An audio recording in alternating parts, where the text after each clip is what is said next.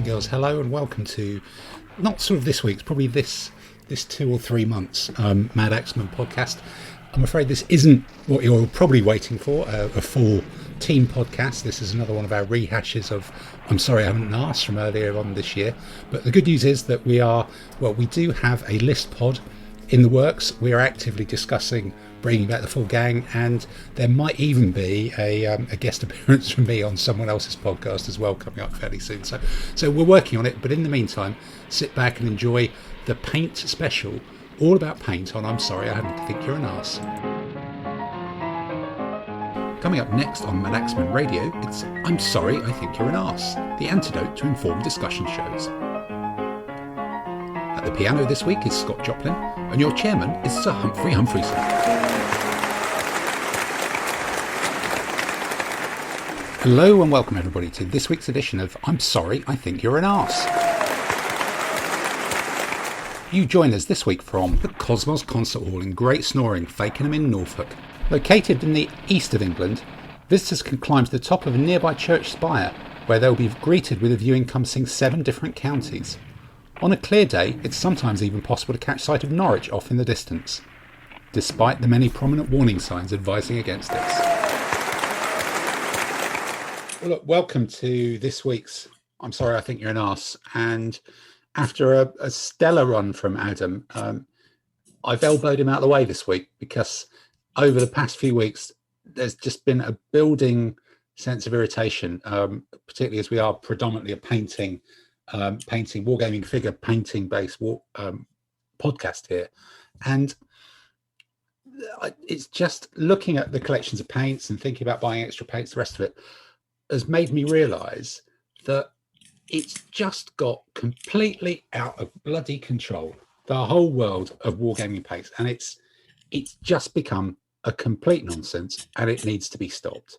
Now, for those of you who are watching on the video, which is only the other 6 of you, despite my greying hair and receding hairline, this is not an affectation. I am actually genuinely quite old. Because, my wonderful skin tone and all the rest of it may make that deceptive. But when I was growing up as a starting off modelling and wargaming and doing all that sort of stuff, painting was easy because there was Humbrol and Airfix, and they were basically the same range but with a different hat on, and that was kind of it. And Humbrol had a range of 170 paints in one size. They were 14mm tinlets, they were all enamels, and the little metal tins were perfect, really.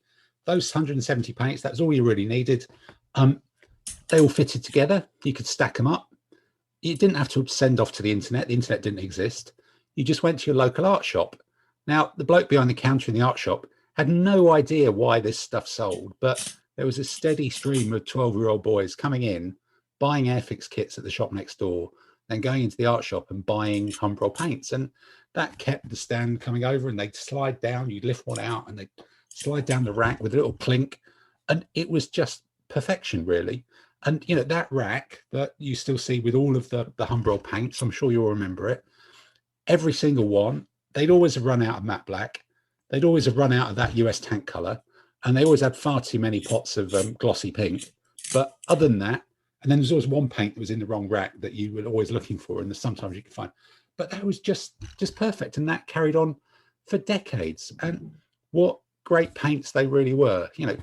Once you managed to prise open a tin by breaking a knife that you borrowed from the kitchen drawer, then you had to hit them with a hammer to reseal them. But when they were resealed, the bastards stayed sealed, didn't they? There was none of this kind of drying out or whatever. They just stayed sealed. They've recovered pots of Humbrol paint from ancient Roman wrecks in the Mediterranean, and they've been opened up, and voila, they can still be used to this day to paint the only upper problem colour, was to paint the upper paint, surfaces. if you got it all over your hands, you wouldn't be able to shift it for 2 weeks. What why was that a problem? It just taught you discipline, taught you painting discipline. So and the way you used them was cost me a sofa.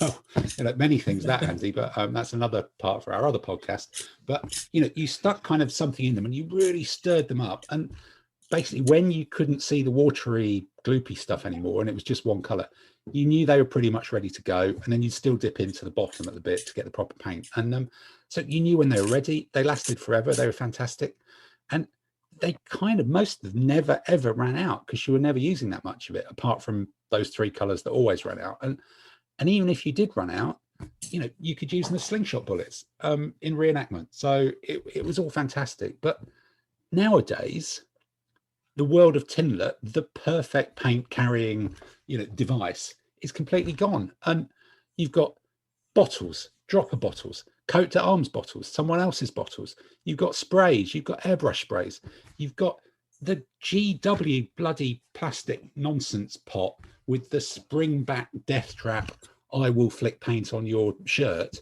and over your shoulder into the room thing. But who on earth designed that? That is designed basically to fall over, so that, you know, people sell things to hold those paints and stop them falling over. And you're going, why are they not even making them in a way which can not be designed to fall over? And then squeezy little bottles with kind of comedy toy nipples on the top of them. What the hell is that all about?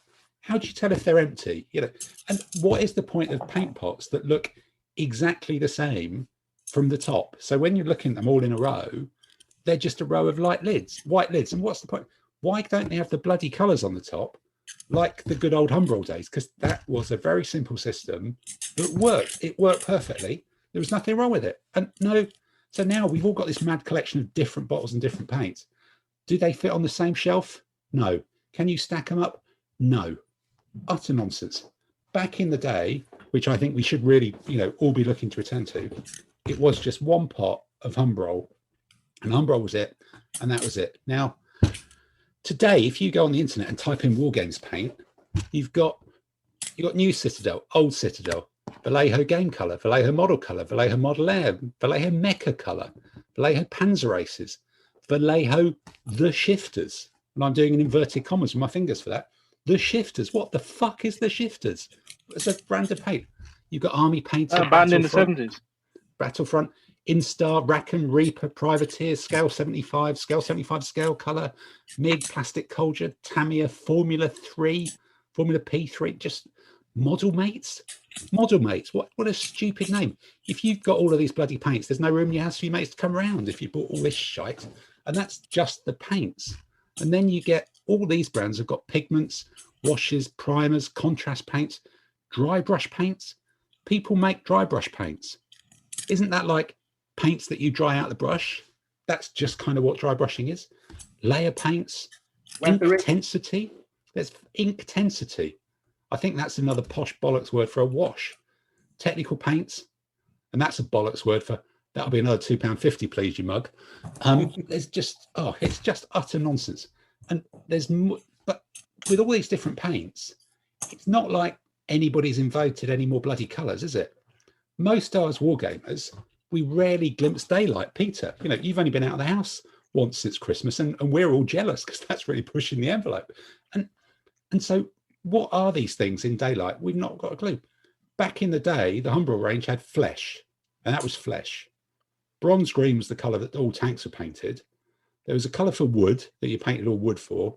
And then they had basic names like gloss red and matte olive green and light aircraft grey. So if you wanted to paint an aircraft light grey, you walked into your art shop and said, can I have some light aircraft grey, please? And they went, here's your light aircraft grey. Your aircraft will now be light grey. Bosh. That was it. The wildest, craziest thing Humbrol ever did, and I'm sure somebody in their marketing department just got sacked for this, was midnight blue. That was as racy as it ever got. I liked midnight blue. What a colour. What a great colour. And we all know it as well. We all know what that was. And we can all go, oh, Humbrol midnight blue. Yeah, that was a good one. Even nearly 30 years from now, you know, from when this happened, it's all there. But but now, not only are all these different ranges with the different bottles and the different droppers and the different consistencies, they're just creating more colours than there are in the spectrum and coming up with an arms race of who can create the most stupid and nonsense name for their paints. And I think, you know, I could do another 20 minutes on just that, but I thought this is the time we need to introduce a segment. We need to introduce a game, and I've got a game that I'm going to ask. Let's have a look around. So, Tamsin, you are the expert, so you are the person who needs to be playing this. Peter, you only understand the concept of gold paint, so I think you as well. Brilliant. And then Adam, It's all metallic.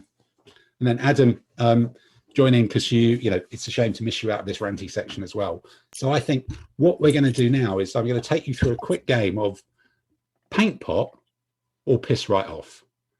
And the choice is I'm going to read out a list of paint names, and you've got to tell me whether that is a genuine wargaming paint pot color, or if you think I've made it up and I should just piss right off. We're going to do it into go around, get answers from each of us. What I'm going to do is I'm going to read out, we've got 12 names, and I'm going to go to each of you in turn, Tamsin, Peter, Adam, and I want to hear you either that's a paint pot or piss right off. So if we can wade into our first ever, probably only ever attempt at paint pot or piss right off. Starting with you, Tamsin, Blue Horror. Is that a paint pot or is that piss right off? I think that is a paint pot. Pete? Piss off. Can't have blue as a horror. That's red, Adam? isn't it? Piss right off. Piss off. Right, okay. Green tail light or tail light green. Ooh. Not wing light, not left, right, left, right, not front light. Tail light green. Does someone make a specific paint for a tail light green? I'm going to have to hurry you here. No, piss right off. Piss right off. Pete? Piss right off. Tail lights aren't green. Adam? Yeah, jog on, mate. Piss off. Okay, Tamsin, coming to you. Flash gets gold. Teed up for Peter nicely, this one. Flash gets gold. Flash gets gold. FGG to its friends. Paint pot. You think that's a paint pot? Pete? If it doesn't exist, I want it to be invented. You want That's it. You're saying it's a paint pot. It should be one. If it isn't. should be. Yeah, I'll go paint pot for that one. Paint pot. Going artistic now. Wargaming colour, savage ground. Not just ground, not earth. Savage ground. Tamsin? Knowing some of the paint manufacturers, that's a paint pot. That's a paint pot. Pete? Savage Ground. Savage ground. That's the 70s heavy metal band. That's piss I'll right piss off. off on that one. Yeah. Adam? Savage They're ground. not mutually exclusive, so I'm going to go with paint pot. Paint pot. Emperor's Children. Emperor's Children. But the book, isn't it? Piss right off. That's a Chinese restaurant down in Soho, isn't it? That sounds like fun. Emperor's Children. That sounds like it would be one of the select Warhammer ones. Yeah, that's a paint pot. Adam? Piss off, mate. Piss off, mate. Okay, then Tamsin, next one. German tank crew Feldgrau, open brackets, number 2, close brackets. Hold on a moment. I think I may have it. We got an interruption from the crowd. I'm just going through my German field greys. Hold on. I know what range it is. Paint pot. Paint pot. Pete? Well, I think after Dave's interjection, I think that's a paint pot then. Adam? Tamsin seems confident, and with Dave going, oh, I'm just going through my German feld greys. How many blood? Yeah, I'll go with paint pot. Paint pot. Yeah. Okay, then. Next one, then, Tamsin. This is pulling up a theme from previous week's main reckless. How about Cheeky Tug Purple? Is that a paint pot or piss right off? Piss right off. Piss off. Pete? Cheeky Name Tug sounds Purple? too long. That's a piss off. Adam? Yeah, on your bike, mate. On your bike. Okay, then. Next one. German winter tank crew uniform, white. Paint pot. Paint pot. I've got it. Oh, yeah, in that case, then I'll go with... Okay, got it. Number 9, we're getting towards the end then. Mole's breath. Mole's breath. The breath of the mole. Ooh. I'll go paint pots. Paint pot, mole's breath. Even if it is real, it's got to piss right off. Piss right off. Adam? piss right off. Piss right off. Tank periscope colour. Tank periscope. Ideal in 6mm or 10mm. Paint pot. No, that's one step too far. Piss off on that. Adam? Yeah, I'll play the nope card. And then Piss off. ultramarine ashes. Ultramarine ashes. Ultramarine ashes, piss off. Yeah, Pete? no, piss off on that. Adam? Yeah, piss off. And then finally, administrative building beige. Isn't that what you would call it? That's Administrative That's a building government beige. paint. yeah. You're saying it's a paint pot. Pete? I'm saying it's something that was painted the local council offices. I think it's a Dulux colour. You say it's not wargaming. And then Adam? Right off. This off. Okay. So that's a full sweep then. So This means war.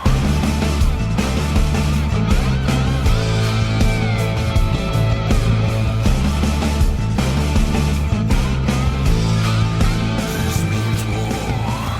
if is somebody able to record, I'll have a quick review here and we can record the scores. So for the first one, Blue Horror, Tamsin scores 1.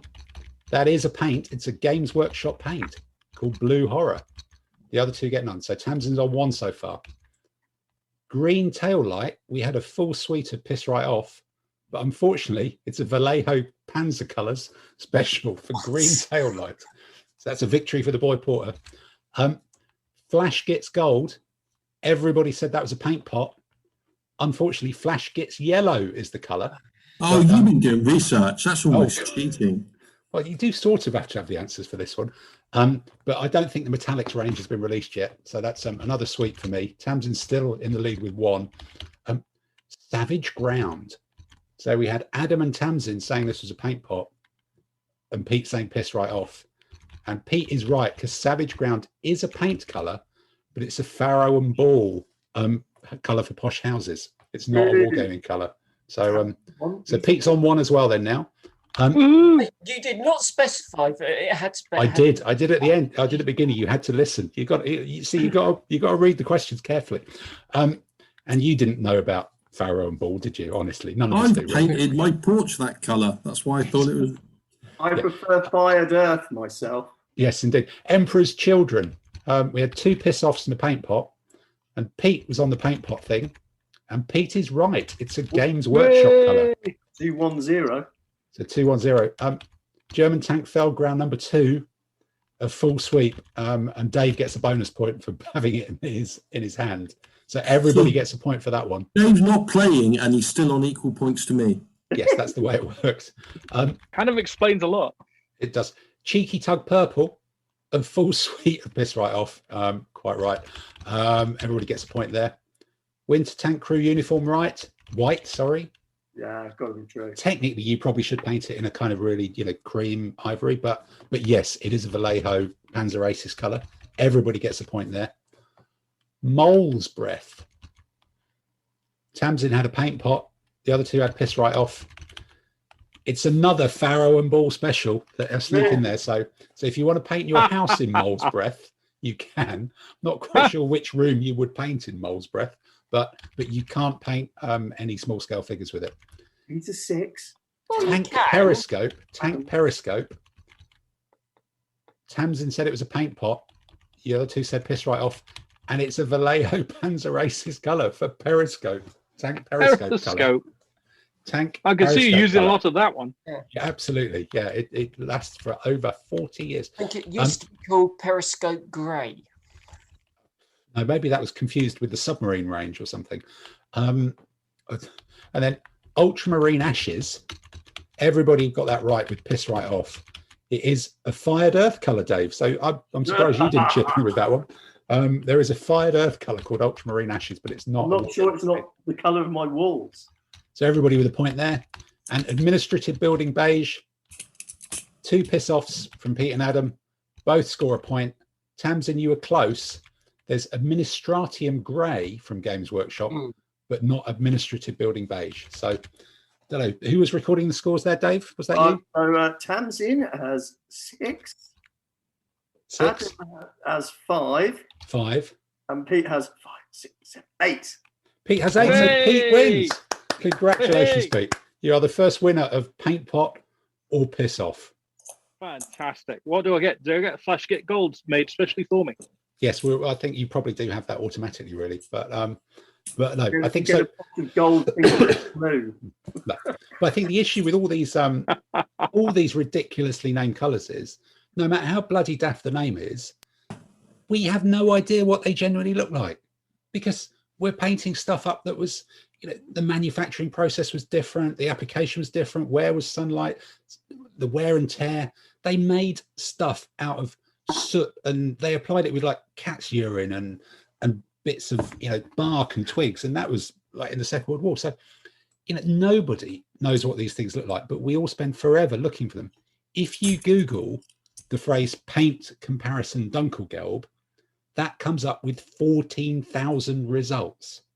Nobody has a Scooby what these paints with stupid names are even supposed to look at. Certainly because they can't spell it. Napoleonic French Blue War Games on Google, those 4 words, 716,000 results. So all around the world, everybody is furiously Googling for stuff that nobody actually knows what the answer is. Nobody at all knows what the answer is. But the real things would have been painted on wood or hide, and we're seeing them in under artificial light, unless we're all fucking daft enough to buy a daylight bulb at 15 quid a pop to allow us to recreate where we are painting them, the lighting conditions of being under a daylight bulb in a dimly lit room. And then we put them on table, taking a wild stab in the dark, not under a daylight light in a different room. So whenever we put them on table to field them, they look completely different anyway. So why can we not just go back to Humbrol, 170 colours, sensible names, that's it, because all these other paint colours are utterly irrelevant, they're utterly unnecessary, and when we all started up, we were all very happy, and there just are not that many colours in the world. The tins are better with Humbrol, the names are better, there's no nonsense, and if anybody can find a use for that gloss pink paint, you could probably pick that up cheap, because there's always some spare ones. You might be able to haggle with your local art shop, and all the rest of it, just go back to Humbrol and bin all the rest of it. And that is my big theory on why modern wargaming paint is nonsense. Tell me I'm wrong. First thing I've got to say to you there, Tim, is you were getting quite angry there at one point. I even noticed some naughty words. You were sort of like getting a bit hot up. So the first thing I would say to you, mate, is you really need to chill out, okay? You're just talking about hobby stuff on a podcast, okay? This is life and death. This is economics. It's almost as if, right, you've got other stuff going on in your life that you can't sort of like deal with, so it's coming out now. I don't know, maybe it goes back to your childhood. So firstly, I would say, take a breath, chill out. Second thing I would say is there were some very good things in the 70s and 80s. Humbrol paints were not one of them, okay? Now, Humbrol paints is more at the mullet and Findus crispy pancake end of the 70s and 80s rather than Chelsea boots, okay? Because, yeah, they came in tins that were impossible to open and impossible to close again. And I will give you, they actually give a beautiful colour, because Jeff still sometimes paints his figures and they give a beautiful colour, but they were a pain in the arse to use. I mean, really, they destroyed brushes. They were just a pain. So that's all a bit rubbish. And modern paint colours, it's like, yeah, they got funky names. It's like, but we don't know what the shade is and we don't know what the colour is. Here's a tip, Tim. What you do is this. It's like when you're buying paints, what you do is you pick the bottle up and you look at the paint inside the clear plastic bottle and you go, oh, that's what shade it is. Okay? So you can see the paint when you buy it now. Now's not perfect. I completely agree with Games Workshop pots. I mean, what the fuck goes on with them? I've no idea why they thought that was a good idea. But overall, what you're complaining about is things used to be crap, but we didn't get a choice, so we all put up with it. Whereas now, there's some good stuff and bad stuff, and we've got to like choose what we want. So overall, I think the sort of like being able to choose the good stuff is a good idea. And the only other thing I would say is, you used to go to an art shop to buy a Humbrol paint. Oh, la-di-da, where did you grow up? Lincoln or somewhere? It's like somewhere without a model shop. That's where it was. Yeah, somewhere with not a shop. Whereas now, what you do is you go to the local war game store and you buy your paints. So overall, that's better than buying crap paints in an art store. And Ted, you're missing the whole point. how and what would half of people talk about when you go to the competition if they're not saying about, well, which shade blue did you paint your French Napoleonics in? I mean, it's like an opening chat-up line when they come to look at the army. Oh, what shade is that? Where's that one from? You know, you're missing the whole sort of like opening segment that makes all these introverts easier to talk to because they've got a nice, easy Pete, opening no, but line. I think, Pete, you've got to, you know, I would toss that back on its head. It's saying, surely when you're talking to other wargamers, the first thing in your head is, how do I shut this conversation down and get out of it as quickly as possible? And then you're saying the idea that there's a ready way to make that conversation go on for much longer that's an anathema to all of us if we think about it, surely. But that's why people want all the variety of paints, so they can argue about whether those Polish Lancers were in that sort of green or the red or this sort of shade of it, and why have you taken the darker red when they were actually a lighter red? And I noticed the epaulets are a slightly different blue than they should be. I've been waiting 3 months for my deck white. I ordered it in January. Deck white. I actually phoned up Government Games in Manchester and said, look, I know you're really nice guys. I love you. I've bought stuff from you before. But when the hell, and the guy said, yeah, it's on order and it comes in dribs and drabs, but they're just, none of these paints are getting through. But the other thing I was going to say is all these colours are designed for war gamers at shows to stand there absent-mindedly looking at the Vallejo paint drippers when they can't think of what the fuck else to buy. And they just stand there looking at these things and, you know, comparing all the different yellows and all that. Actually, that is the thing as well. So yellows, there are a large number of yellows, all of which you end up buying every single one of them in the hunt for a yellow that actually gives coverage. But they're all the same one that None of doesn't them give do. coverage at all. Whereas That's why I use gold. Humbrol yellow used just cover because it was Humbrol yellow, and that was it. Yeah, That's there is because a it was problem with oil-based. Humbrol, which is that it's enamel paint and that it smells, and it also, if you spill it on something, you can't get it off, and you have to wait for it to dry before painting something else. So it's, I prefer to use acrylics. It's much easier in a flat where. So actually, what was your broken sofa story? Does this relate to your preference here at all? Yes, and many years ago, I was painting some 6mm Confederate sitting on my sofa, and I spilled a bottle of Humbrol paint, and that was it. The sofa had a horrible red stain on it, and luckily it was one of those cheap put you up sofas because that's all we could afford at the time. But the Empress wasn't having it, and she made me buy another one. So actually, Humbrol paint costs you a whole new sofa. Yeah, basically. Yeah, you would hold a grudge against Humbrol for that. Yeah, but it is smelly and eye-watering and slow to dry and all the rest. Do you think of it. though there's part of it that you shouldn't really have been painting American Civil War Confederates in red? You know, because my limited knowledge of the period suggests that's not kind of necessarily part of the normal. Well, some of them had red hats and blankets and stuff like that. You know. Just getting some extra colour in it. Yeah. Periscopes is quite good. Yeah, actually, if they'd got periscopes, you would have known what to do, wouldn't you? Yeah. Yeah, no, I don't think there's much call for periscopes on 6mm Confederates. Going back to sort of a rant bit, I've names of the paint. I blame Games Workshop. That's a generic catch-all, though, isn't it? Great Yeah. for weird names like that, and then they've been copied by Army Painter, well, Vallejo Game Color, various other ranges. And but do you feel some sort of inner sense of shame about buying some of these ridiculous names? Is there just that embarrassment factor about going and go, I'd like a pot of Achihelian bogey beige or something? That doesn't bother I me don't more buy than the those. 8 shades of I buy white. Vallejo model color, which is sensible names. Right. Tim, I feel an inner sense of shame for painting toy soldiers at all. Yes, that could, yeah. Well, I suppose so. It's all matters of degree, though, isn't it, really? Everything's a matter of degree and how ridiculous it could be. I saw a name of a paint called Scrofulous Brown, and I thought that was the name of a character in the Harry Potter movies.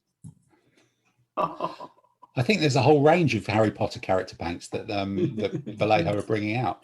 That could be it. mind you, it's not a paint, it's a wash. The secret weapon washes range. That's another manufacturer I've missed. Originally created by Les Burley. There's one. Most of them similar.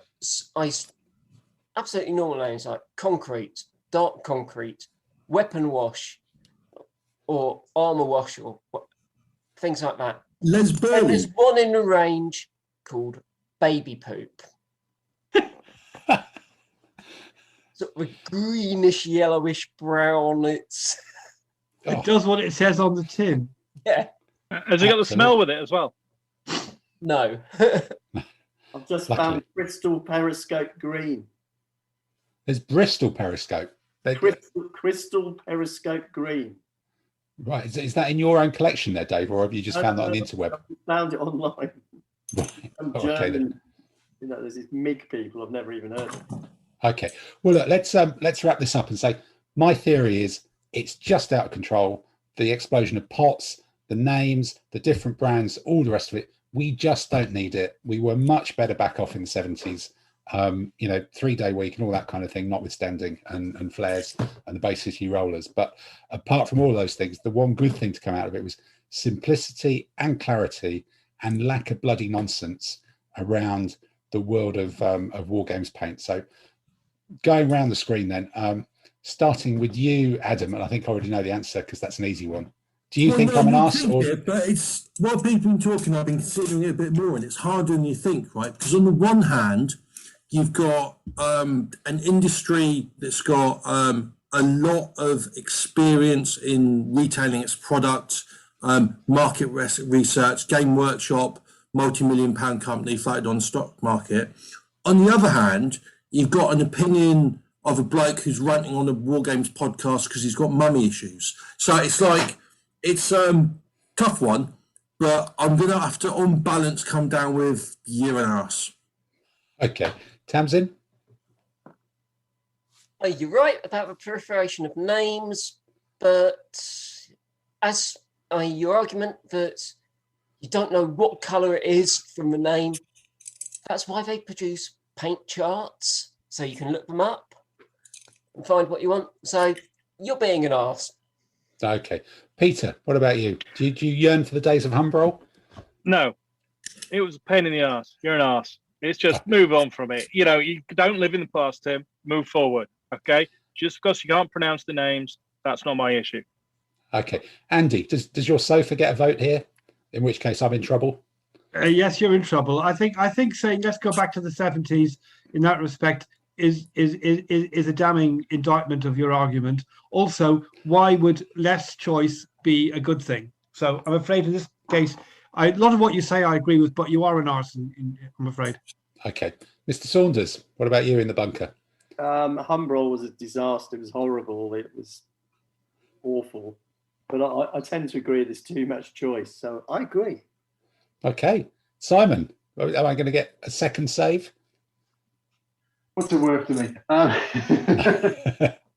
I lived somewhere, probably. Yeah. No, I agree with you. There is too much choice. When you look at it, sometimes like a red, sometimes you want just 3 or 4 reds, and you go to some of the ranges, and there's like 25 different shades of red. I'm lucky if I can see 2 colors of red, bright red or flat red. Ta-da. I quite like the old Humbrol paint ranges. I only really used them in the acrylic range. I gave up using oils far too many years ago. I'm glad to never see them again. But yeah, I agree with you. Slightly less choice would be a bit helpful. Sometimes I just want a green. Okay then. So 4-2, not a bad clawback after Adam's sweep over the last few weeks. So, but I think unfortunately that does mean the consensus is that my Humbrol based paint theory, I'm just an arse. Well, as the 88 round of Destiny hits the Sherman tank of time, that means time's up for us on this week's episode of I'm Sorry, I Think You're an Arse. We'll be back next week.